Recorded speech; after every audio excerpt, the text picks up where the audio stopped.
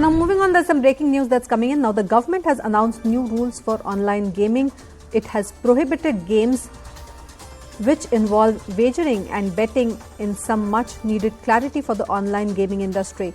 The government on Thursday released new rules for online gaming. These new rules prohibit any game that involves betting and wagering. They entail a framework of multiple self-regulatory organizations, or SROs as they are called, to determine whether a real money game is permitted or not.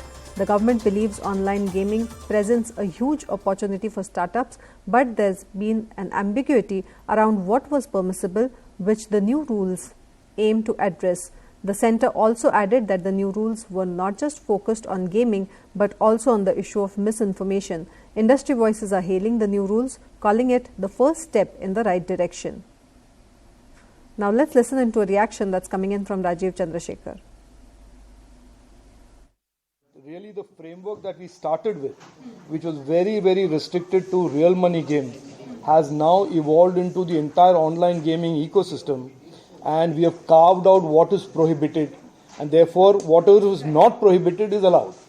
We see harm and the need to regulate in a very small segment of gaming, which is a gaming that involves wagering. Everything else is unregulated. As far as the government fact-checking, that consultation was done with all the intermediaries.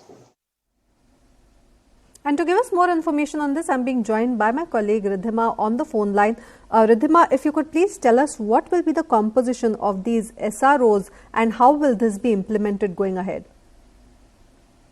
Morning, Vinaya. So as you rightly pointed out, just to break it simply for our viewers, this exactly means that now there is a regulatory framework as far as what is permissible for the world of online gaming. Now, the aim of the amendments actually is to enforce greater due diligence by online gaming and the social media intermediaries, because the fear with the government till now was that there was a lot of false information that was being spread, especially as far as the young youth is concerned. So even as you rightly pointed out, the government believes that there is a lot of potential in this industry, but a regulation was always needed. So quickly, so what are these amendments and what is going to be the role of these SROs? So as per the amended rules, it is now being made mandatory on the part of the intermediaries to make a reasonable effort of not publishing or sharing any online game that can cause harm or that has been verified as a permissible online game, essentially meaning that now no wagering or betting will be allowed as far as these notifications are involved. There will be a complete ban on any kind of advertising of this presence. If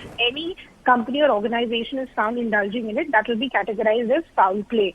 Quickly, what are these SROs? These SROs are the self-regulatory bodies which essentially will begin with 3 and then they can rise in number as well. They've been designated by the central government and they in fact will determine whether a real money game is permitted or not.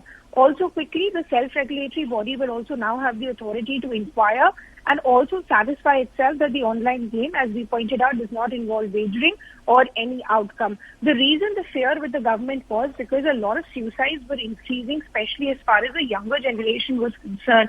So one, to curb misinformation and also to put out these rules for these online gaming bodies, this regulation was needed. It has happened, all of this has happened just in the span of the last 1 year.